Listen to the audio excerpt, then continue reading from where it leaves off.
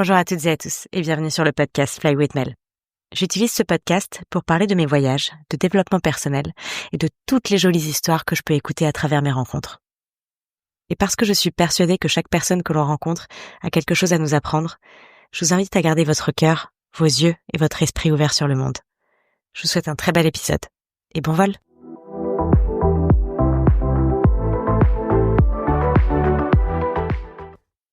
Bonjour à toutes et à tous, bonjour Shannon. Hello. Merci à toi de nous avoir rejoints sur le podcast Fly with Mel. Avec plaisir, merci de me recevoir. Ça me fait toujours Dans ton plaisir Bah oui, j'adore. un peu cosy à la trop maison. Ça me fait toujours plaisir de recevoir des Français et Françaises sur le podcast pour parler un petit peu de l'aventure australienne, mais pas que. Ouais. Et d'ailleurs, à propos de toi, aujourd'hui, on va parler de toi, de ton changement de vie total, de ta transformation, parce que tu as quitté du jour au lendemain ton CDI en France pour partir à l'aventure, pour suivre ton cœur, pour aller au-delà de tes peurs, pour te révéler un petit peu toi-même. Donc, merci à toi d'être là et d'en parler aujourd'hui sur le podcast. Merci. Alors, je suis contente. Bah ouais, moi aussi, je suis super contente. Et du coup, j'ai un premier icebreaker, on va dire, casser la glace pour ceux qui ne parlent pas encore anglais, pour que les auditeurs et auditrices puissent un petit peu savoir qui tu es, mais pas simplement, tu vois, avec une petite présentation de bateau, on va dire. C'est quoi ta citation ou ton mantra préféré? Ouais. Bah écoute, c'est marrant parce que elle résonne énormément avec toute cette aventure justement. C'est no risk, no story. Donc pas de risque, pas d'histoire. Et bah du coup, vu que je sais que tu es de Sydney depuis longtemps et de Bondi, peut-être que tu reconnaîtras cette peinture qui était à Bondi Beach, qui n'y est plus, sur tu sais les murs de peinture là sur la plage. Quand je suis arrivée en Australie, du coup, il y a 1 an et demi, j'ai vu cette peinture et je l'ai prise en photo à chaque fois que je suis passée devant parce que elle était pas forcément la plus belle de toutes, mais juste le message, il résonnait tellement en moi. Et quand je suis revenue, du coup, parce que je raconterai après un peu le voyage, mais je suis revenue à Sydney, du coup, il y a 3 mois maintenant. Et cette peinture n'y est plus. Elle a été remplacée par une autre. Et ça m'a fait super mal au cœur parce qu'en fait, cette phrase, pour moi, c'est mon histoire, c'est mon aventure avec l'Australie, mais pas que, quoi. De dire qu'en fait, j'ai envie de prendre des risques dans la vie parce que sinon j'ai rien à raconter, j'ai rien à léguer et rien à vivre en fait aussi, tout simplement. Donc je dirais que c'est ça. Waouh. Peut-être que c'est juste que maintenant ça y est, c'est la transition est proche pour toi et tu peux aller de l'avant avec. C'était un trop beau message au final. Enfin, du coup, j'ai envie de me la faire tatouer et tout parce que j'ai un peu ce truc de genre cette peinture n'existe plus, je peux plus aller la voir et tout et du coup, j'ai quand même envie qu'elle reste parce que vraiment cette phrase pour moi c'est mon moteur en fait. Quand j'ai peur de me dire c'est normal, la peur, elle sera toujours là, le risque, il existera toujours, c'est ce que je répète toujours à mes proches, à ma famille, à mes amis qui ont des doutes. Mais je dis, mais en fait, on vit rien si on saute pas un peu d'un pas en avant, quoi. Donc, Et d'ailleurs, en parlant de ça, du coup, ça fait combien de temps que t'es en Australie? Ça fait 1 an et demi, un peu plus maintenant, parce que je crois que ça fait 4 mois que je dis ça fait 1 an et demi, donc là, ça commence octobre 2023. Ça va faire 10 ans, elle va toujours dire que ça fait 1 an et demi. Mais du coup, t'es arrivée comment ici? Comment, genre en parachute, en hélicoptère, tout à fait. à dos de requin. Hélicoptère. Non, je veux dire, comment ça se fait que tu t'es retrouvée en Australie? Long short story, mais en fait, je pense que c'est quand même une envie que j'ai depuis longtemps. Je suis de la génération Covid, fin d'études bâclées par le Covid parce que du coup on s'est retrouvés confinés, fin de licence, début de master, donc j'ai eu master hyper compliqué. Bref, en fait j'ai pas pu partir à l'étranger pendant mes études, pas d'Erasmus, rien. Et du coup j'avais une petite frustration parce que c'était un peu un rêve d'enfant que de partir à l'étranger. J'avais envie de, comme je pense beaucoup de gens, développer mon anglais. Et ça a toujours été un truc de me dire à la fin de mes études je partirai, mais entre j'ai l'envie et le rêve et je saute le pas, il y a toujours un monde en fait, hein. Et je m'étais toujours dit j'ai envie de le faire, mais est-ce que je vais vraiment réussir à le faire? En plus du coup j'étais avec quelqu'un depuis mes 17 ans, donc il y avait aussi le truc de est-ce qu'on part à 2 ou est-ce que c'est un truc solo, quoi. C'est une grosse décision quand même. C'est une grosse décision. Et au final, c'est quelque chose qui est revenu sur la table pendant le master, entre nous deux. Et on s'était dit, go, on va le faire, on va partir à la fin de nos études. On avait 1 an de décalage dans nos études, donc en fait, moi, j'ai signé un CDI à la fin de mes études. Ok. Et du coup, c'est quelque chose qui a été acté pendant ma première année de CDI, de se dire, on va le faire, quoi. T'avais quel âge? Et donc, j'avais 23. Donc à 23 ans, tu finis tes études, tu signes un CDI. 22, je finis mes études, 22, 23, je signe un CDI dans la boîte dans laquelle j'avais fait mon alternance. Ok. Et dans ta tête, tu savais déjà que vous alliez partir? C'était pas encore sûr, mais c'était quand même dans un coin de ma tête. Mais j'ai quand même signé en me disant, on verra, quoi. Mais je pense qu'une fois que j'ai eu signé, je me suis dit, Pas sûr que je vais rester quand même. Et Okay. en fait, c'est venu très vite. Là, j'ai pris mon billet pour l'Australie en février 2023. J'avais signé mon CDI en juillet 2022. OK. Donc même Et donc pas j'avais 1 an, quoi. commencé le CDI en septembre, tu vois. Donc j'y Waouh! suis restée, enfin au bout de 4-5 mois de CDI, je savais que je partais. Et qu'est-ce qui t'a fait, enfin, comment tu savais que tu devais partir, tu vois? T'étais frustrée dans ton boulot? Je vérifie juste, mais ouais. En fait, bah déjà donc il y avait le terrain de l'envie qui était là depuis longtemps et je crois qu'en fait j'avais peur de me retrouver un peu, tu vois, enfermée dans une vie qui était pas forcément la mienne. Mais J'ai alors tout de suite ressenti cette espèce OK. de peur. Comme si, enfin pas forcément une vie qui était pas la mienne, mais en tout cas de me dire, bah une fois que tu rentres dans la machine et dans le système, j'avais peur d'être comme mes parents et comme plein de gens de mon entourage. En fait, c'est bon, je suis lancée et on revient plus jamais en arrière un peu, tu vois. C'est trop tard pour tout quitter un confort, une vie stable pour partir un peu à l'aventure. Et je crois que j'ai eu hyper peur de ça en fait, de me retrouver enfermée et de plus oser le faire. Et voilà. Est-ce que c'est parce que tu as vu des gens autour de toi devenir vraiment enfermés dans cette, Ouais. ouais? Ouais, Du coup, ça t'a fait peur et ouais. parce que tu vois, on a beaucoup de gens qui parfois se sentent perdus ou peut-être vides à l'intérieur et savent pas forcément pourquoi, Ouais. tu vois? Ah mais clairement. Et toi, tout de suite, t'as su mettre, entre guillemets, t'as su mettre des mots et tu savais que c'était relié à justement cet enfermement, cette peur de l'enfermement. Exactement. J'avais hyper peur de me retrouver enfermée. Et en même temps, tu sais, c'est ce sentiment hyper ambivalent de t'as peur de te retrouver enfermée, mais d'un autre côté, t'es quand même bien dans le schéma et dans ta petite case, tu vois. Enfin, encore une fois, j'avais signé un CDI dans un cabinet de conseil, je gagnais bien ma vie, enfin, genre, plus que mes parents en sortie d'études alors que ça fait 30 ans qu'ils bossent, tu vois, parce que plus je viens d'un milieu social plutôt de classe moyenne, où du coup, c'était, quand j'ai grandi avec l'idée que c'était pas un truc qui me serait accessible. Donc en fait, une fois que je l'ai eu, je me suis dit, bah, en fait, je peux pas en sortir, tu vois, genre, c'est trop bien, t'as réussi. T'es à ce truc que tu pensais pas que t'arriverais à avoir un jour. J'ai grandi avec l'idée qu'il fallait 6 ans pour sortir de sa classe sociale, tu vois, genre pour réussir à vraiment 6 ans? s'émanciper C'est marrant financièrement. ça. 6 générations. 6 générations, Pardon. d'accord. 6 générations. Ouais, OK. 6 ans, n'importe quoi. Alors Non. attends, j'avais jamais entendu ça, mais pourquoi pas? Mais pourquoi pas? Mais Mais je il y vois. a une stat sociale et elle est même pas capable de la Non, dire. mais très bien. 6 ça va. générations. 6 générations pour sortir. J'avais jamais entendu ça, Ouais. mais du coup, c'est intéressant. C'est 6 générations. Mais c'est pour marrant sortir parce de la classe qu'avec ce genre de mindset, entre Ouais. guillemets, qui est quand même, parce que c'est dur, justement, quand tu vois tes parents qui ont, enfin, j'ai pas envie de dire galérer, mais quand t'as pas grandi dans un environnement où tout est abondant et du coup, Exactement. c'est facile de se dire, bah, c'est pas grave, je pars un petit peu, tu vois, je prends des Ouais. risques et machin. Clairement. Du coup, qu'est-ce qui a fait que dans ta tête, tu t'es dit, bah, en fait, je vais le faire? Bah, en fait, ça a été super difficile parce que c'était un vrai truc à déconstruire que de me dire j'accepte de renoncer à 2 500 balles net par mois en sortie d'études au bout d'un an, quoi. Alors que j'ai pas du coup encore construit vraiment enfin j'avais du coup un peu économisé avec ces années déjà de travail. Et puis je travaille depuis que j'ai 16 ans, donc voilà, ça allait. Mais je m'étais quand même dit waouh, c'est clair que c'est une vraie déconstruction. Après, j'ai un terrain personnel, je sais pas d'où il vient, c'est pas génétique puisque mes parents sont pas comme ça, enfin voilà, mais où je remets tout en question, je questionne tout. J'ai besoin de me faire ma propre opinion, j'ai besoin de tester et tout. Mais j'ai aussi un terrain de peur très ancré. Donc t'as ces deux éléments chez moi qui se confrontent et qui sont très durs à gérer parce que il y a à la fois toutes mes peurs, mais qui sont des peurs immenses, la peur de l'inconnu, la peur de l'abandon, la peur de décevoir, la peur d'échouer, de pas prendre la bonne décision, bref. Et à la fois ce truc de j'ai besoin de moi tester, de moi éprouver, de moi me faire mon avis et tout. Et du coup, bah je me suis dit ah ouais non mais en fait genre c'est vraiment pas un truc dans lequel j'ai envie de rester enfermée. Du coup, je vais commencer à déconstruire, à me dire OK, quels schémas sont possibles. Donc en fait, je me renseigne beaucoup, je lis, j'écoute des podcasts, j'ai envie de découvrir des parcours de gens qui ont vécu des choses similaires, etc. Mais j'avais pas forcément beaucoup d'exemples autour de moi parce que j'avais l'impression que beaucoup de gens dont les parcours en tout cas étaient accessibles, on va dire, en termes de podcasts, lecture ou quoi, c'était des gens qui en effet avaient ce côté un peu aisance familiale, financière, etc. Tu viens de bonne famille, c'est plus facile entre guillemets, il y a pas c'est pas qu'il y a pas de difficulté, je dis pas ça, mais c'est plus facile de se dire bah OK, je pars, je saute dans le grand bain et au pire on verra, tu vois. Les difficultés sont ailleurs, Ouais, certainement. Ouais. exactement. Je pense que je suis partie en ayant quand même beaucoup gagné confiance en moi et en mes compétences et en me disant que je pouvais revenir dans ce schéma-là.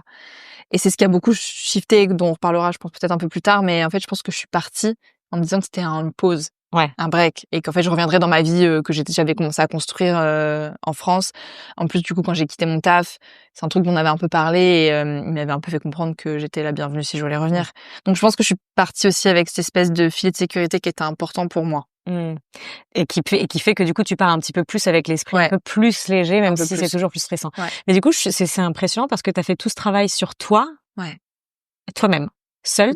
Tu n'as pas été aidée par quelqu'un, et donc à travers lecture, podcast, etc. Donc ça, et moi ça j'aime beaucoup ça parce que je trouve que ça donne beaucoup d'espoir en général aux gens qui se disent bah non mais je peux pas, tu vois, je sais pas par où commencer, qu'est-ce qu'il faut faire. Mais en fait commencer petit et commencer avec des tout petits trucs, des gens qui vous inspirent, faut les écouter, des livres qui peuvent vous éclairer ou vous donner un petit peu une lumière d'espoir ou alors c'est pas facile parce que du coup t'as un monde qui s'ouvre à toi, et en plus moi je me suis sentie, mais depuis toujours je me sens l'ovni autour de moi, tu vois, dans ma famille, etc. Comment ça? Que toi t'es l'ovni, que t'es en décalage? Je suis en décalage avec ma famille et tout. Je les aime d'amour et tout, et voilà, j'ai une super belle relation avec eux, mais je sais que je suis pas comme eux, quoi, sur plein d'aspects, et ça notamment sur mon indépendance, mon autonomie, mon envie d'aller de l'avant, de découvrir. Et ma mère, j'en parle souvent parce que du coup c'est des discussions qu'on a hyper régulièrement, parce qu'ils sont impressionnés, je le sais, ils sont très fiers, mais ils sont très impressionnés. Je pense qu'il y a eu des moments où ils ont eu peur, etc. C'est normal. Exactement. Les parents. Mais ils sont aujourd'hui hyper fiers, ils me font confiance, et donc ça m'aide. Mais c'est pas facile de se sentir l'ovni au début, parce que du coup t'as pas de repères. Et tu sais pas par où commencer. Et c'est vrai que du coup j'ai quand même eu du mal à faire ce travail, même si j'ai cherché des ressources. Et ça m'a fait passer aussi tout ça par une énorme crise identitaire juste avant mon départ en Australie. Du coup tout s'est un peu confronté en même temps. Et en fait je suis tellement quelqu'un qui intellectualise, qui analyse, qui observe et tout, qu'à un moment ça m'a aussi complètement paumée, quoi. Et j'étais genre, je sais plus qui je suis, je sais plus où je vais, je sais plus quelles décisions sont les bonnes à prendre ou pas. Est-ce que je suis en train de faire une espèce de crise d'ado, tu vois, décalée, j'ai envie de tout envoyer valser parce qu'en fait je l'ai jamais faite, ma crise d'ado. Ou est-ce que je suis quand même quelqu'un qui restera toujours assez raisonné et qui fait des choix en conscience. Et comment t'as fait pour traverser cette phase du coup juste avant de partir? Franchement, je l'ai traversée quand même pas mal seule, avec mon copain de l'époque, mais pour qui c'était super dur de me voir aussi dans ces états de doute constant, et c'était super difficile parce qu'en plus j'arrivais pas à mettre de mots dessus, quoi.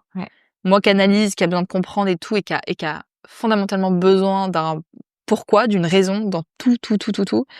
Là j'en avais pas. J'ai passé 1 an en errance totale avec moi-même. J'ai fini par voir une psy, mais j'en ai même vu plusieurs, mais pareil c'était un truc que j'ai dû déconstruire parce que c'était pas du tout ok dans ma culture, dans mon éducation, de voir un psy. C'était un truc que j'avais un peu associé à, en fait, tu vas vraiment très très mal. D'accord. Ou t'es fou, tu vois. Donc il a fallu que aussi je me confronte à non, mais en fait, genre je vais pas bien, genre il y a des trucs auxquels il faut que je me confronte. Mais je suis pas non plus dans un état catastrophique, et c'est ok d'aller voir un psy dans cet état-là. Et au contraire, je pense qu'aujourd'hui, je le dis tout le temps à longueur de journée, je pense que tout le monde dans sa vie devrait voir un psy 100%, à un moment. je le répète. T'as pas besoin d'aller mal pour voir un psy. Je pense qu'on a tous des trucs à régler, il y a tous des blessures, des traumas, des trucs. Et pas que psy, hein, il y a pas que psy, et plein de praticiens, coach, tout à fait. Healer, il y a plein de guides différents qui peuvent. En fait, accepter de se faire aider, je Exactement. trouve. Et moi, c'était pas un truc qu'on m'a mis à disposition, dont on m'a parlé, donc j'ai pas sollicité la ressource parce qu'en fait, si je savais que ça existait, mais tout le reste, pas forcément.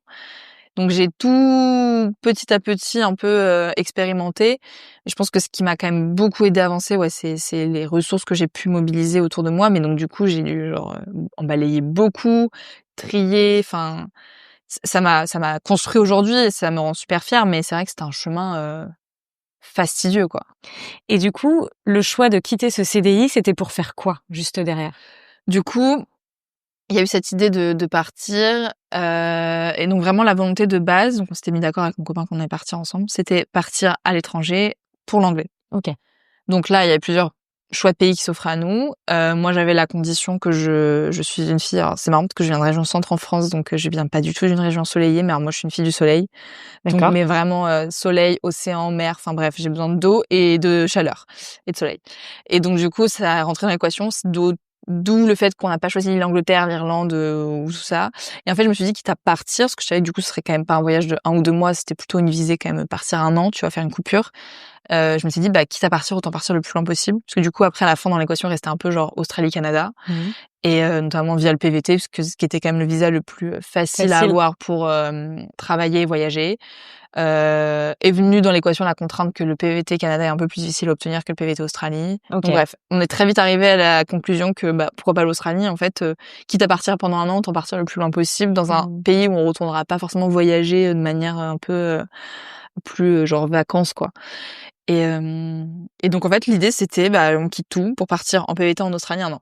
Ça, c'était le brief initial. Et lui, il était complètement en alignement avec toi parce que c'est quand même pas toujours facile, tu vois. Non, c'est pas du tout facile. C'est quand même mon idée de base. Ok. Mais c'est un projet dont on s'est saisi à deux, qui est devenu un projet commun. C'est beau. Ouais. Je trouve ça beau. Parce que du coup, bien, tu sais, j'ai connu aussi beaucoup de gens qui s'empêchent finalement de partir à l'aventure. Et je sais qu'il y en a beaucoup qui peuvent nous écouter, qui peuvent être là-dessus. Où t'en as un qui veut absolument partir et l'autre qui veut pas. Et du coup, ça devient compliqué parce que toi, du coup, qui as envie de partir, t'as une frustration totale qui peut durer tellement sur le long terme. Et tu vois, même si tu continues avec cette personne, il y a toujours un moment où ça va éclater, où tu vas en vouloir à l'autre, où tu vas dire, mais j'aurais pu. Et dans ce moment-là, j'ai toujours envie de dire aux gens, vous êtes les maîtres de votre vie et de votre réaction et de vos choix et décisions. C'est difficile de laisser quelqu'un derrière, mais c'est encore plus difficile de se laisser derrière. C'est de se laisser soi derrière, bien sûr. Et ça, c'est un boomerang. Ça reviendra un moment. Et pour l'avoir vécu autour de moi, d'avoir vu des gens à qui c'est revenu, je me dis, moi, je m'étais toujours dit, et c'est un truc, c'est marrant, mais c'est un truc que ma mère m'avait toujours dit, elle m'avait dit, laisse jamais l'amour l'amour pour quelqu'un d'autre t'empêcher en gros de voir l'amour pour toi et du coup de faire les projets dont t'as vraiment envie et tout quoi. Donc après évidemment que en plus du coup elle aime Val d'un amour inconditionnel. Donc quand est venu sur la table le sujet de l'Australie, elle était genre mais lui aussi il a envie de venir avec toi parce que quand même. Mais et oui, donc c'était vraiment un projet à deux, donc c'était au moins chouette. Un poids en moins, tu vois, dans l'équation. Cool. Et c'était quoi les premiers? Est-ce que tu te souviens parce que moi je me souviens très bien de toutes les peurs que j'avais avant de partir en Australie, qui étaient complètement illusoires, comme toutes les peurs. Est-ce que tu te souviens de quelques petites peurs un petit peu futiles entre guillemets, juste avant le départ ou par rapport à l'Australie ou tu vois? En vrai, j'avais pas de peur pour l'Australie en tant que tel. J'avais les peurs à plus 1 an ou 2 ans de genre post-Australie, c'est quoi la suite quand je reviens, est-ce que je retrouve un taf, est-ce que finalement ma boîte ils vont me reprendre. J'avais les peurs de ce que je laissais dans le passé et du futur genre vraiment très loin. J'avais pas vraiment les peurs du futur proche. Et après du coup les autres peurs c'était plus les peurs moi j'avais peur qu'on m'oublie. Ça, je sais qu'on en avait parlé. C'est vraiment très très ancré. J'avais peur qu'on m'oublie. C'est une peur collective, ça. Je pense que c'est la vraie peur de beaucoup de voyageurs, parce que on a vraiment, c'est ça en fait. Tu quittes les autres et t'as l'impression que tout le monde va t'oublier, alors qu'en fait c'est souvent l'inverse qui se passe d'ailleurs. C'est pas que tu oublies les gens. Non, mais c'est plutôt toi qui vas t'émanciper en tout cas et vivre un truc tellement aussi à part que voilà. J'avais tellement peur qu'on m'oublie. Après voilà, je pense que je suis très j'ai beaucoup besoin depuis petite de l'amour et de l'attention de mon entourage. Je pense que j'ai beaucoup cherché la validation à l'extérieur de moi, mais l'Australie c'était aussi ça l'objectif, c'était que je trouve enfin assez d'amour pour moi-même pour plus aller le chercher à l'extérieur à ce point. Et du coup, j'avais tellement peur qu'on m'oublie, mais ça c'était mais j'en pleurais et tout, enfin c'était vraiment dur.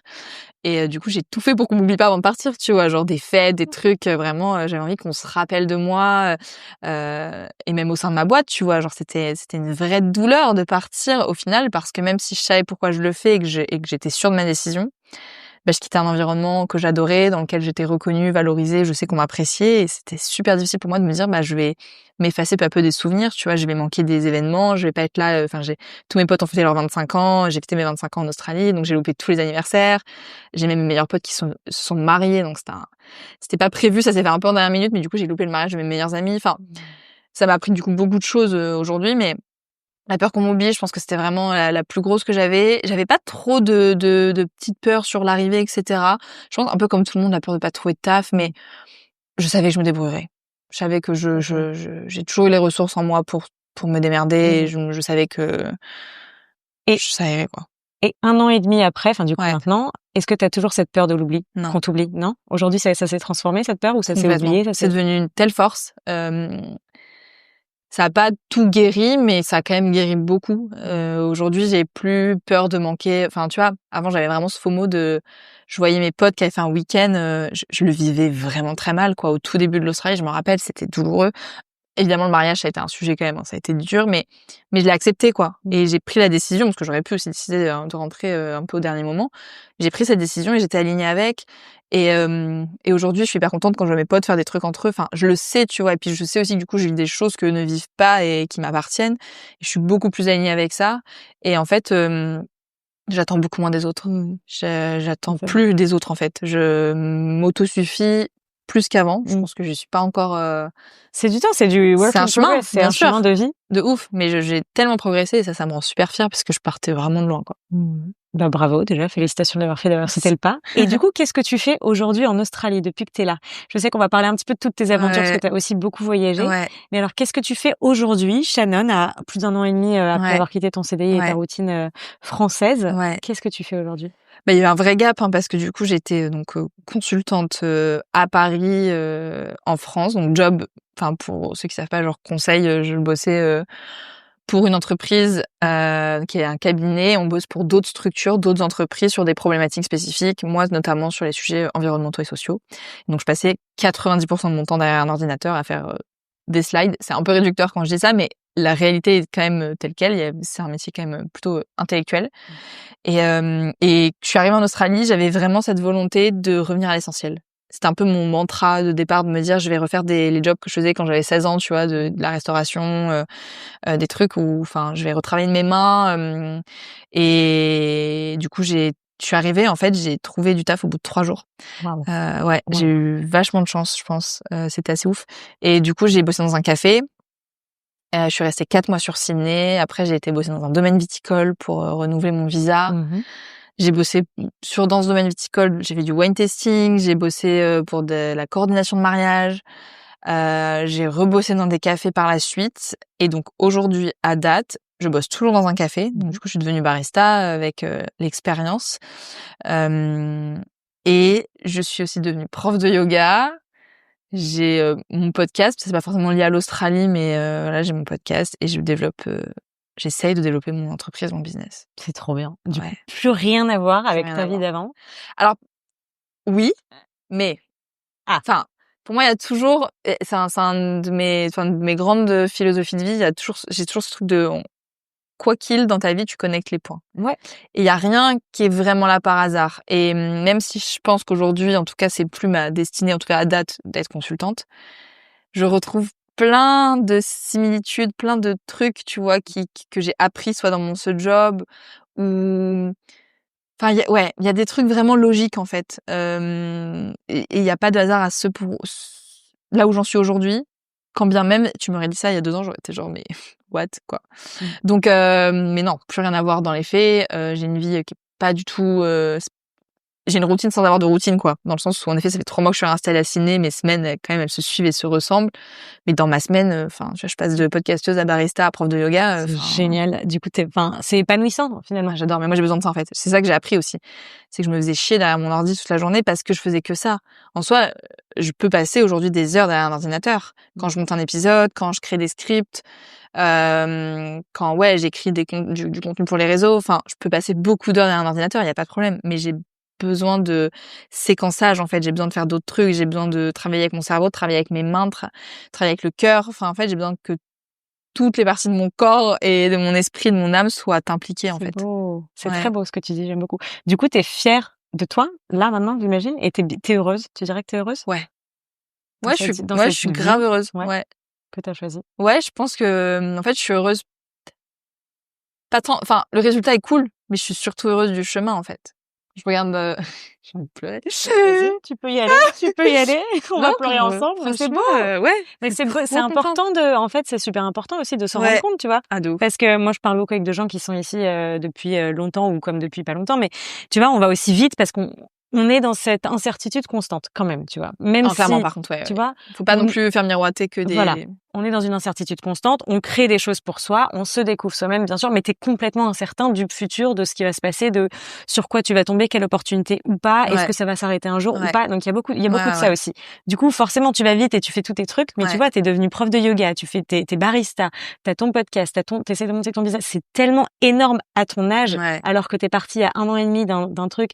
Tu vois ce que j'ai? C'est énorme, c'est génial et c'est important d'en prendre conscience. Donc, bravo, non, mais je suis hyper hyper fière, hyper heureuse du chemin et ouais, je trouve que c'est trop beau en fait parce qu'en plus ce qui me rend trop fière, c'est toute la débrouille en fait que j'arrive à utiliser parce qu'encore une fois, enfin au-delà de venir d'un milieu social de classe moyenne, tu vois, enfin j'ai pas des parents entrepreneurs ou commerçants. Donc l'idée de monter ces projets et tout, enfin j'ai une âme entrepreneuriale depuis toujours. Pareil, personne ne sait d'où ça vient. On me l'a dit dans tous les jobs dans lesquels je suis passée, tout le monde m'a dit tu resteras pas salarié, il faudra que tu montes ta boîte. Et du coup, j'ai ce côté de débrouillardise où je me dis bah, j'ai pas les ressources initiales, j'ai pas tout n'est pas de mon côté, tout ne joue pas forcément en ma faveur au début, mais pourquoi pas? Bien sûr. Et ça va venir. Pourquoi pas? Et là, ouais. tu n'es qu'au début Ouais. de ton truc. On en reparlera dans 5 ans quand tu seras tout en haut.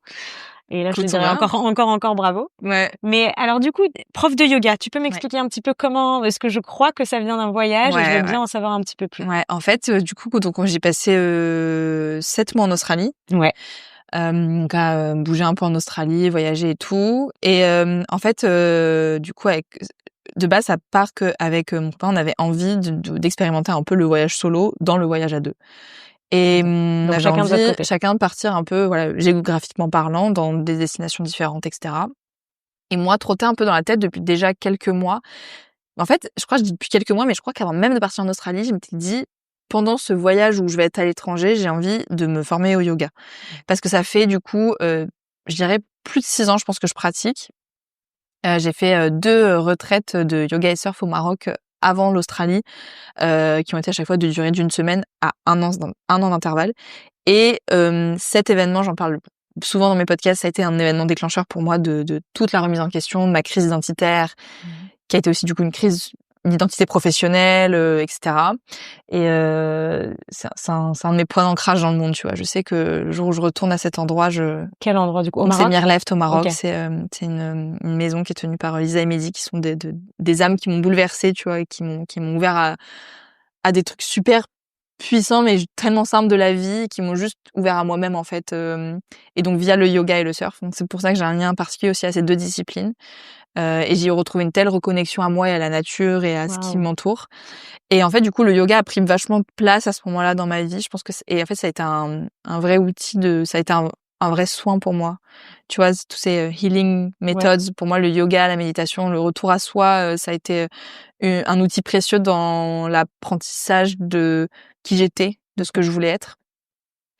Donc ça a pris beaucoup de place. J'ai continué à pratiquer en Australie. Je me suis dit, bah, j'aimerais bien me former un jour. Mais pas forcément dans le but d'enseigner, c'était plus, j'ai envie d'aller plus loin dans ce que je connais de cette pratique que je connaissais en fait à date presque comme une pratique sportive, mais j'avais envie de comprendre aussi la tradition derrière, enfin, de vraiment l'étudier plus en profondeur.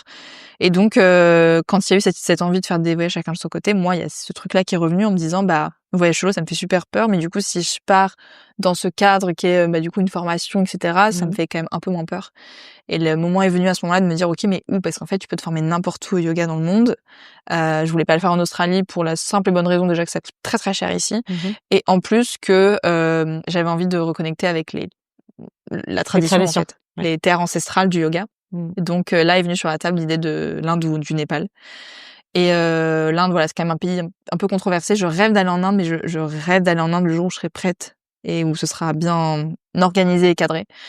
Et le Népal, je me suis dit, bah, pourquoi pas? Et en fait, du coup, de fil en aiguille, en discutant avec Lisa, du coup, cette prof de yoga du Maroc, elle m'a recommandé une école qui se trouve au Népal. Et je me suis dit, bon, bah là, les planètes s'alignent, let's go, quoi. C'est parti. Voilà. Et du coup, t'es partie. Je suis partie au Népal en juillet l'année dernière. Ok. Donc, t'étais en Australie. Ouais. Tu décides avec ton copain de l'époque de faire chacun votre voyage solo. Et toi, tu pars, Donc déjà, on a d'abord fait un voyage ensemble d'1 mois en Indonésie. Ouais. J'ai un énorme coup de cœur pour l'Indonésie. Okay. Et après, l'Indonésie, c'est là que nos chemins se sont séparés. Moi, je suis partie au Népal. Et t'as eu des peurs avant parce que là, j'ai envie de parler un petit peu de, tu vois, quitter du coup la personne qui t'a accompagnée pendant tout ce voyage, et d'un coup, tu vas te retrouver. C'était ton premier voyage en solitaire?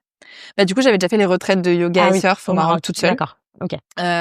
Donc, mais là, c'était quand même genre, je suis vraiment loin de chez moi, loin de mes repères. Le Népal est un pays que je ne connais pas du tout, sur lequel il y a aussi beaucoup d'idées reçues, etc. Et il faut savoir que du coup, toutes les peurs que j'ai au quotidien dans ma vie sont aussi beaucoup dues au fait que j'ai grandi dans un climat de peur enfant, c'est-à-dire qu'il y a beaucoup de peur chez moi, tu vois, et qu'on m'a beaucoup transmise, la peur de l'inconnu, etc. Et typiquement, alors voilà, ça reste un parent, mes parents le savent, j'en ai déjà parlé plein de fois avec eux, mais de ce rapport à la peur qui m'ont beaucoup transmis. Mais typiquement, une des réactions hyper naturelles que ma mère a eues quand je lui ai parlé du Népal, c'était genre mais tu vas pas aller au Népal, genre c'est un pays dangereux, etc. Alors que, enfin, elle y est jamais allée et c'est basé sur des constructions sociales, des trucs qu'on pense, qu'on voit entre guillemets, mais en plus, enfin, je pense que c'est beaucoup 100%, d'interprétations, tu vois. Puis c'est les anciennes générations aussi. Il faut savoir que nos parents, ils ont pas autant voyagé que nous, ils ont pas eu autant, tu vois, l'envie d'aventure, la possibilité, tout simplement aussi. C'est ma maman est agent de voyage, donc elle a pas mal voyagé, mais du coup, je retire. Non. mais non, mais quand même, tu vois. C'était une autre éducation aussi qu'ils ont eue, et c'est beaucoup l'inconnu pour eux comparé à nous. Et puis là, je partais seule. Tu partais seule, une fille seule. Et pour mes parents, je suis une petite fille fragile qui enfin tu vois, face aux prédateurs, j'ai grandi dans ce climat-là, donc déjà ça a beaucoup impacté la manière dont je me suis construite, etc. Et donc moi-même, je pense que j'avais vachement peur du coup avant d'y aller, mais j'ai eu ce mantra de me dire j'ai peur donc j'y vais. Trop bien. Parce que genre j'étais vraiment dans une phase, et je pense que l'Australie en fait était aussi une réponse à ça, de me dire bah en fait j'ai grandi avec plein de peurs et tout, et j'ai besoin de les déconstruire une à une en fait, de me dire qu'en fait c'est que des peurs et que je peux aller de l'avant. Et en fait, notamment celle-là du voyage seul, etc., j'ai envie de me prouver que j'avais pas besoin d'un mec pour voyager, quoi. Et lui, il me faisait pas du tout peser pour le coup ça, tu vois, dans ma vie. Mais plus mes parents, pour le coup, le jour où ils ont su que je partais avec quelqu'un d'Australie, ils étaient pas, pour le coup, là, il y avait plus de problème, quoi. Ils étaient rassurés, alors que je leur ai dit, je pars toute seule.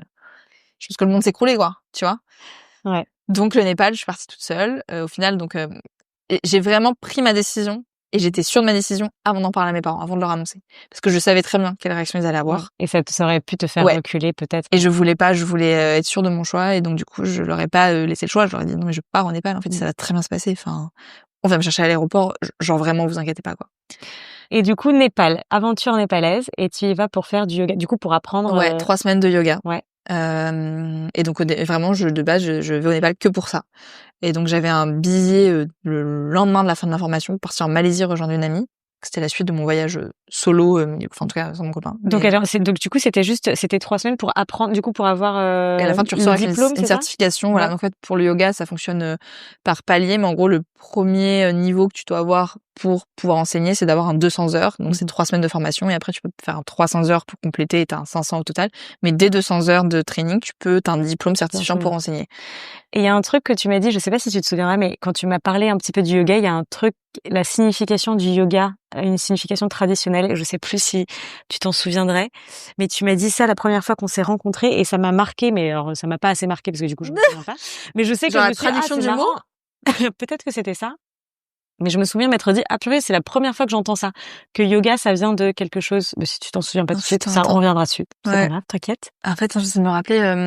Je me souviens. En fait, tu m'as dit un truc, et en fait, ça m'a fait tilt parce que c'était la première fois que j'entendais ça et ça faisait vraiment sens. Mais on y reviendra. Ok. Et du coup, tu finis cette certification de yoga qui te permet aujourd'hui d'être instructeur. Exactement. Donc j'ai passé la certif. En fait, pendant le training, de base, donc je devais vraiment repartir le lendemain.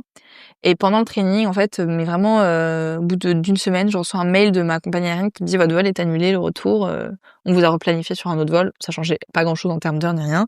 Mais ça me donne la possibilité, du coup, de bouger gratuitement mon billet si j'ai envie, puisque de leur fait, il y a eu une annulation et tout.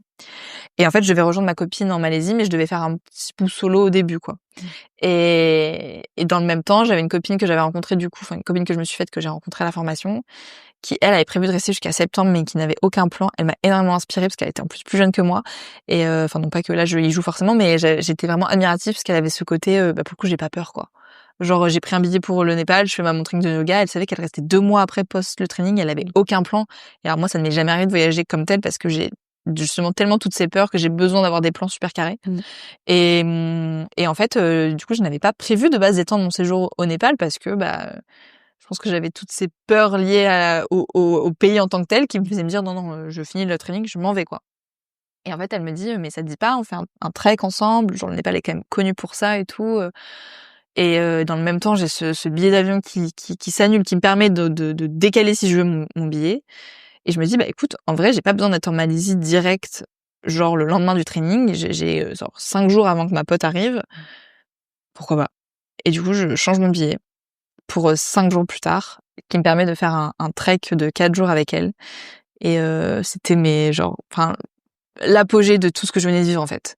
Je trouve que je reviens juste sur l'idée de le changement de billet d'avion. En fait, le fait que la compagnie t'ait dit que le truc est annulé. Tu sais, parfois, on fait des par automatisme, on change les choses et on se rend pas toujours compte.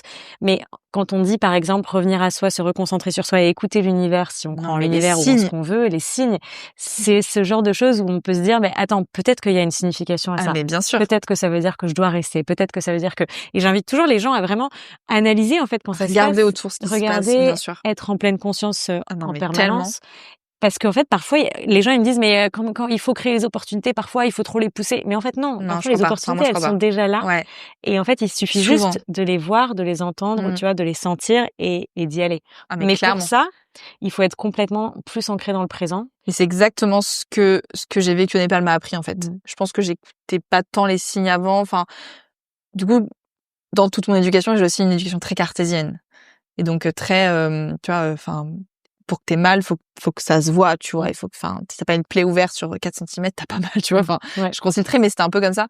Donc, du coup, j'ai pas du tout été éduquée à écouter mon intuition, l'énergie, les signes, tout ça. C'est mon éducation personnelle que je me suis faite. Mais le Népal, pour ça, m'a transformée. Et en fait, quand j'ai vu ce signe, cette voix s'ouvrir devant moi, je me suis dit, mais en fait, tu peux pas ne pas la prendre. Genre, il y a un truc forcément à explorer derrière, tu vois. Et j'ai eu tellement raison. Bah oui. Mais c'était transformant.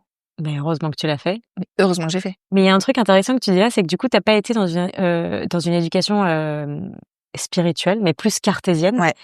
Comment ils le ressentent, tes parents ou ta famille, du coup, de te voir changer comme ça et tu vois, de commencer à faire de la spiritualité avec le yoga et toutes ces choses-là qui sont, je pense, complètement déconnectées. Ouais. La première fois que je suis partie en retraite de surf et yoga, mon père avait peur que je me fasse enrôler dans une secte. Ok.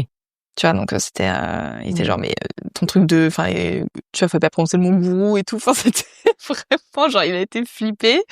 Et ouais, pour lui, le yoga, c'était, il comprenait pas trop. Puis en fait, mes parents ont telle confiance en moi, ils voient à tel point je suis débrouillarde et tout, que je pense qu'ils se sont dit, bon, elle sait ce qu'elle fait. Ils savent que aussi je teste plein de trucs, j'ai changé plein d'avis, je suis très entreprenante et tout, donc ils sont pas sur la fréquence sur laquelle je suis, donc ils se laissent un peu porter par le truc. Je pense ils se prennent une vague de peur et de crainte et tout. Mais ils me connaissent, ils me font confiance. C'est ce qui les ramène toujours à la raison de se dire, ok, vas-y, laisse-la faire. On regarde un peu de loin, tu vois. Ça veut pas dire que des fois ils m'ont pas balancé un peu leur peur et leur crainte et tout, mais j'ai appris un peu à m'en protéger du coup. Et je pense qu'au début ils ont eu très peur. Et en fait, du coup ils ont fini par s'y ouvrir un peu plus. Bon, on n'est pas non plus, ils sont pas, tu vois, très pratiquants de yoga, etc. Mais ils y sont plus ouverts, ils comprennent pourquoi je le fais et ils sont beaucoup plus investis qu'avant. Je pense que pour le coup, mon voyage nous a j'ai eu besoin d'un éloignement assez fort au début. Je pense que j'ai eu besoin de couper le cordon, quoi. J'ai eu besoin de vraiment m'émanciper. Et depuis quelques mois, je dirais, en fait, depuis que j'ai lancé mon nouveau podcast We Rise, donc depuis octobre, j'ai beaucoup parlé avec mes parents en distance. Du coup, en fait, je suis une de ces personnes pour qui la distance a rapproché, avec beaucoup de membres de ma famille, parce que du coup, en plus de tout ça, je suis dans une famille où on parle pas beaucoup, on parle pas d'émotions, etc. Et la distance nous a énormément rapprochés et nous a fait nous dire des choses qu'on s'était jamais dit. Et au final, je crois que du coup, je les sens vraiment beaucoup plus investis et compréhensifs depuis ce moment-là. Et avec We Rise, en fait, je me suis aussi beaucoup exposée. J'ai aussi beaucoup mis de moi et de mon cœur et de ce que j'avais vécu. Et en fait, ils ont tous tout écouté. Waouh. Ouais. Oh, c'est beau, ça me donne des frissons. Parce que ça a donné des discussions et des échanges qui étaient tellement forts, tu vois. Et ouais, franchement, ça a été, je pense que ça les a aidés à me comprendre. Et je pense qu'ils ont aimé aussi, même si ça les a aussi beaucoup. On a une copine qui arrive. Il y a le petit chien qui arrive sur le podcast. Ça va. Trop chou. Mais les aléas du direct, du coup, on adore. Mais du coup, c'est super beau ce que tu dis parce que. En fait, je pense qu'ils avaient besoin de me comprendre, tu vois. Parce qu'il y a des moments où ils étaient un peu perdus et ils se sont dit, elle est en train de nous mettre. Alors, je l'ai pas fait pour eux, tu vois, mais elle nous met un peu un outil à dispo pour comprendre ce qui se passe dans sa tête et dans sa vie. Et du coup, ils s'en sont saisis, ils ont écouté Et je crois que ça leur a fait du bien. Il y a des moments où ça a pu leur faire du mal aussi, ou leur créer un peu des incompréhensions, parce que j'ai aussi parlé de mon éducation, de ce que j'avais vécu, de ce que j'avais ressenti. Mais j'ai toujours ouvert la discussion avec eux. On a toujours parlé, etc. Et du coup, je pense qu'aujourd'hui, ils me comprennent davantage. Ils comprennent le chemin sur lequel je suis. Ils comprennent pourquoi je suis sensible à tout ça. Et ils l'acceptent beaucoup plus qu'avant. Et je sais que c'est marrant, mais maman, pour le coup, me parle beaucoup. Elle est beaucoup plus dans l'émotion et tout. Elle me dit à quel point elle est fière de moi et surtout très admirative. Elle me l'a déjà dit, mais je fais tout ce qu'elle n'a pas osé faire. Okay. Et elle a une grande admiration pour moi pour ça. Et donc ça nous a beaucoup rapprochés d'en parler. Et je sais que tu vois, elle en parle à ses copines. Enfin, elle est super fière de mon parcours et de tout ce que je fais, tu vois. Et je reçois des messages de ses copines sur Instagram qui me disent non mais on est trop fans. On est super. Ta mère est super fière de toi et nous aussi, genre en plus je pense c'est des mamans du coup aussi qui me connaissent depuis que je suis petite et qui sont genre mais bravo pour tout ce que tu fais. Enfin, je me sens super soutenue du coup. Et c'est important. C'est trop bien, ouais. Et tu te sens soutenue de tes amis aussi? Comment ça se passe pour ça? De tes amis qui sont restés du coup, qui sont en France, hein? C'est une trop bonne question. En vrai, ouais. Pas tous à la même intensité, pas tous qui émettent le même intérêt, mais genre il y a personne qui m'a jugée, en tout cas jamais frontalement, qui m'a dit mais qu'est-ce que tu fous. Je crois que tout le monde sait que je suis un peu j'ai ce truc un peu volatile et expérientiel et j'ai besoin de vivre à 100%. Je sais que quand qu'il y a beaucoup de mes amis qui écoutent We Rise, il y a beaucoup de gens avec qui je deviens amie, mais ils m'ont découvert par mon podcast. Enfin, tu vois, c'est un peu marrant. Et non, en vrai, je me sens quand même assez soutenue. Mais je crois que ça fait aussi partie du truc de je me suis détachée j'ai moins d'attentes qu'avant. Et je suis genre, en fait, j'attends pas de mes amis, tu vois, par exemple, qui soient au rendez-vous tous les lundis à écouter mon podcast. Enfin, je m'en fiche. Je sais aussi qu'il y a des sensibilités, tu vois. Il y a des gens qui aiment pas le format, il y a des gens qui s'en foutent, qui disent qu'ils me connaissent et qui n'ont pas envie de forcément m'écouter toutes les semaines. Et j'ai aucun problème avec ça, tu vois. Après, par contre, je trouve ça assez normal et enfin en tout cas moi c'est ce que j'attends un peu d'amitié et je pense que c'est ce que j'aime aussi donner, mais que en effet quand tu lances un projet ça m'a fait évidemment plaisir quand t'as tes potes qui repartagent, qui soutiennent, qui t'envoient juste ou des fois juste des messages pour te dire je suis trop fière de toi, genre go girl quoi. Et ouais ça fait du bien, mais j'attends moins qu'avant quand même, je pense. C'est bien. Tu fais ton truc et tu y vas et tu inspires de toute façon, comme tu le dis, même des gens que tu connais même pas. Ouais, c'est ça. Est-ce que tu veux nous dire 2 mots sur ton podcast, nous expliquer un petit peu ce que c'est? Ouais, en fait, du coup, tout ce que je vous raconte là, c'est sur le podcast. Voilà, on a tout condensé. Je pense, non, quand même pas de cette manière-là, parce que je me suis quand même livrée d'une manière dont j'avais jamais fait, mais en fait, pour moi, tout ça, c'est un énorme voyage intérieur, en fait, que je vis, du coup, depuis 1 an et demi. Et j'ai appris beaucoup de choses de tout ça. Donc j'ai pas la prétention de dire que j'ai un savoir à transmettre, mais en tout cas, je pense que j'ai des expériences que j'ai vécues. C'est le chien qui éternue. Ouais. J'ai plein de trucs que j'ai vécus qui, je pense, peuvent servir, en fait. Peuvent aider aux gens à se reconnaître. Et en fait, j'avais déjà eu un podcast avant celui-ci, Sans sucre, que j'ai eu pendant 3 ou 4 ans avec mon amie Vanille. Et ça a toujours été notre fil rouge, en fait, de dire on veut permettre aux gens de se sentir moins seuls. En partageant des expériences qui sont des fois des trucs assez simples de la vie, mais qui font du bien, en fait, quand tu te sens moins seul. Et c'est ce que j'ai voulu faire avec We Rise. Et j'ai mis beaucoup de moi et de mon vécu. Et j'ai envie de montrer que c'est possible. J'ai envie de montrer, j'ai envie, je veux pas paraître prétentieuse en disant ça, mais j'ai envie d'être l'inspiration que moi je cherchais quand j'étais petite, tu vois. C'est beau. J'ai cherché des modèles, des rôles modèles qui ressemblaient au parcours que je peux avoir aujourd'hui, en fait, voilà d'où je pars, c'est-à-dire d'un truc où on peut t'as rien, enfin, je mesure mes propos en disant que, enfin, je sais que je suis une femme blanche, tu vois, j'ai grandi en France, je suis pas non plus la plus à plaindre, tu vois, en termes de d'où je pars. Mais je pars pas non plus du haut du podium, quoi, en termes d'argent, de classe sociale, enfin, tu vois, des trucs bêtes, mais quand j'étais à l'école, fallait chercher les premiers stages, en fait, j'avais 0 réseau, donc j'ai toujours dû me démerder, quoi. Et en fait, j'ai envie de montrer que tout est possible. Autant, du coup, accéder à la grande carrière comme j'ai pu finir par réussir à le faire, et non pas sans difficulté, sans douleur et sans travail. Et aussi me réinventer complètement et me dire que en fait c'est pas parce que du coup j'avais atteint ce truc-là que je peux pas aussi tout envoyer valser en me disant c'est peut-être pas ma vie, il y a peut-être autre chose qui m'attend, en tout cas à date. Et du coup let's go, on met un coup de pied, on recrée tout de presque zéro, quoi. Tu dirais que tu te fais beaucoup plus confiance aujourd'hui? Ah ouais. Grave. Et du coup, t'as envie de faire quoi plus tard? C'est quoi ta vision là sur l'après?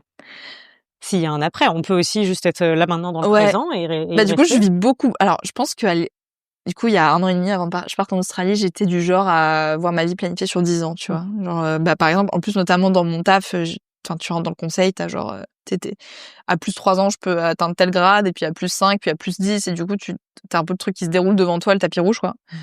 Ce qui m'a profondément angoissée. Et en fait, j'étais vraiment quand même de cette team, même, tu vois, genre, j'ai jamais eu de mal à parler d'enfants, de mariage. Je suis quelqu'un qui se projette et qui est pas peur de ça. J'ai pas peur de l'engagement, ce genre de truc, pour le coup. Moi qui ai beaucoup de peur, j'ai pas trop ces peurs-là. Ok. Parce que je pense que ça me rassure, en fait, à l'inverse. Qu'est-ce qui te rassure, d'être engagée? D'avoir une vision long terme, de Ok. me dire que ma vie, elle était cadrée et tout. Et en fait, l'Australie a complètement rebalayé tout ça. Et aujourd'hui, j'ai plus envie de vivre ni dans le passé ni dans le futur. J'ai envie de vivre dans l'instant.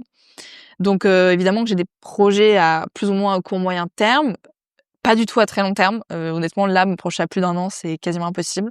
Et puis je sais que quand même, je me projette même à plus de 6 mois. Il y a potentiellement de grandes chances que rien ne se passe comme prévu. Mais on va dire que pour faire quand même général, et en même temps, c'est ma ligne de vie actuellement et le chemin que j'emprunte. En fait, j'ai juste envie de continuer dans ce que je suis en train de faire, c'est-à-dire de m'écouter. Et qu'en fait, si j'ai envie d'essayer de lancer un truc, bah j'y vais. Si en fait, je me rends compte que ça marche pas et que c'est pas ça, bah j'arrête. Et j'ai juste envie de continuer à être hyper alignée avec moi-même, avec mon intuition, avec ce dont j'ai envie. J'ai envie d'apprendre à beaucoup plus vivre pour moi, de faire des choix en conscience. J'ai envie de développer l'amour de soi, parce que je pense que j'en suis quand même encore un peu loin, même si le chemin a déjà progressé, mais je pense que j'ai encore quelques steps à passer. Et ouais, je crois que du coup, tout découlera hyper naturellement. En fait, j'ai envie de continuer à voyager, parce que ça m'a tellement nourrie. J'ai envie de retourner au Népal, mais pas que. J'ai plein d'idées de voyage. On sent vraiment la transformation, tout simplement parce que tout à l'heure, quand tu m'as dit une de tes premières peurs avant de partir en Australie, c'était justement qu'est-ce que tu vas faire 1 ou 2 ans après le voyage, alors que là, aujourd'hui, c'est plus du tout comme ça. Et justement, j'ai peur de devoir penser.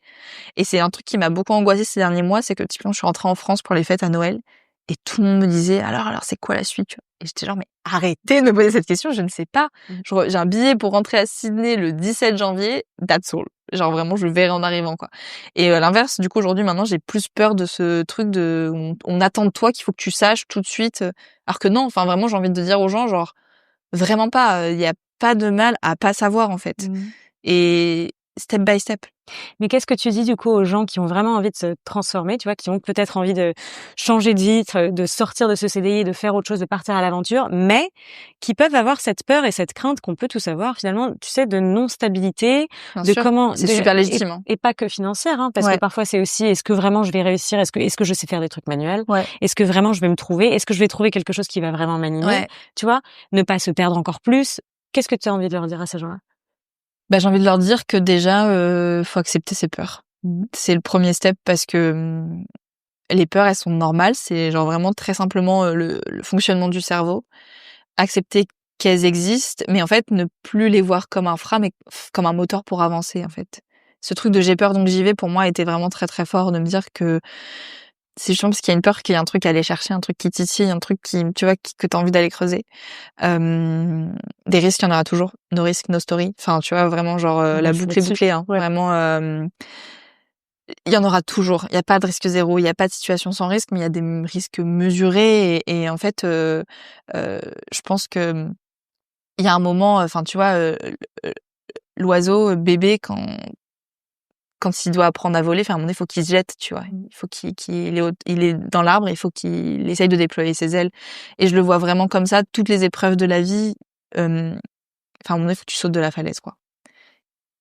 Mais t'inquiète pas, genre, trust the process. Genre vraiment, enfin, j'en ai plein des citations comme ça, tu vois, go with the flow, enfin, genre, ça va aller, parce que à partir du moment, et ça c'est le deuxième point, pour moi il y a vraiment écouter, enfin apprendre à accepter tes peurs, déjà de dire que ok, elles sont là, et genre en faire une force plutôt qu'une faiblesse. Et le deuxième, c'est te reconnecter à ce que tu veux vraiment, ton intuition, écoute ce qu'il y a au fond de toi, parce que ça, pour moi, ça a tout changé aussi, de me dire bah en fait on nous apprend à faire taire notre intuition, à suivre des trucs super rationnels, mais c'est un truc qui résonne, qui est là, qui fait écho encore et encore, qui revient. C'est qu'il faut que tu grattes, faut que tu ailles chercher, il faut pas que tu laisses. Si tu fais taire ce truc, ça reviendra en boomerang, ce que je disais tout à l'heure, dans ta vie à un moment ou un autre. Donc je pense qu'il faut accepter ses peurs, écouter son cœur et suivre son intuition, et oser sauter de la falaise, parce que franchement, le chemin il est trop beau, quoi. Genre vraiment. Et ce sera fait de haut et de bas, hein. faut pas faire vendre du rêve aux gens, tu vois, genre. Bien sûr. Il y Ça aura, fait partie de l'aventure. mais c'est ça. Enfin, pour moi, c'est comme la météo, tu vois. Pour qu'il y ait des arbres et des fleurs, il faut de la pluie et du beau temps. Il faut du soleil et des averses. Et bah, la vie, c'est exactement ça. Merci beaucoup, Shannon. Comment tu veux que les gens se connectent à toi? Bah écoute, je pense que c'est Instagram le meilleur moyen aujourd'hui de me suivre. Je mettrai tout dans la description, Instagram et ton podcast, Mon évidemment. podcast We Rise. Et puis pour les gens qui sont sur Sydney et qui veulent venir faire du yoga avec toi, parce que là du coup j'y pense moi-même, tu vois, bon, on ne sait jamais, mais où est-ce qu'on peut te trouver? Bah du coup, donc je mets toutes les adresses sur mon compte Insta, mais j'enseigne dans 2 studios à date. On espère, on manifeste et on agit surtout, parce que la manifestation seule ne marche pas. Mais qu'il y aura 2 studios, j'y travaille et donc il y en a un sur Bondi et un dans le centre de Sydney. Pour l'instant, je donne 4 cours par semaine de manière régulière, mais je prends aussi d'autres trucs de temps en temps. Je donne parfois, donc là avec l'hiver qui arrive, ça va être plus compliqué, mais des cours sur la plage de Bondi. Donc voilà, il y a plein de possibilités en effet de me retrouver, de venir me rencontrer. Je suis toujours hyper contente de discuter aussi sur Instagram, de prendre un café avec ceux, j'adore connecter, ça m'anime et c'est comme ça qu'on s'est rencontrés et moi je trouve ça trop précieux en fait. Et voilà, il y a plein de trucs cool qui arrivent. Je peux pas encore vraiment dire quoi parce qu'il faut que ça se lance. Allez suivre Shannon. Mais vraiment, je pense que c'est juste ça. Il y a un truc logique en fait. Enfin, j'ai fait tout ce chemin et ça m'amène aujourd'hui à créer ce projet que je suis en train de lancer, enfin moi aussi sauter de la falaise professionnellement parlant. Je pense que le yoga et tout, c'était que des petites steps et il y a quelque chose de plus grand qui va arriver parce que c'est tout un cheminement, et puis c'est ce qu'on appelle la vie finalement. Exactement. Tu n'arriveras jamais juste au bout de la montagne et puis il y aura plus rien derrière, c'est un chemin total et ça prend du temps. Bravo à toi d'avoir sauté le pas, bravo à toi de t'être désenfermée, d'avoir pris ta liberté. C'est très inspirant, je pense que ça donne beaucoup d'espoir, beaucoup de force. J'espère si ça peut aider en tout cas, c'est ce que j'essaye de transmettre via We Rise et via tout ce que je partage et c'est ce que je compte faire par la suite, ce truc de venez, c'est le slogan de We Rise, on s'élève ensemble et en fait, je crois que aussi c'est la force du collectif qui fait qu'on peut avoir ce courage d'oser sauter le pas et c'est ce que je veux faire aujourd'hui. Je veux tendre la main à ceux qui ont peut-être besoin un peu qu'on les tire pour oser aller vers un truc qui nous ressemble davantage. Bravo Shannon. Merci beaucoup. Merci.